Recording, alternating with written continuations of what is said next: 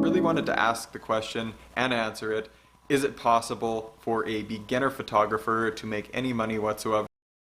Let's just jump into the video and talk about stock photography and what it means for beginner photographers. Now, so far I've uploaded about 300 images onto the site and I have about 16 videos. So I don't have that much content on the site so far, but I have made some sales. So far I've sold about 42 pictures and I've also sold just one video, which was excellent because when you sell a video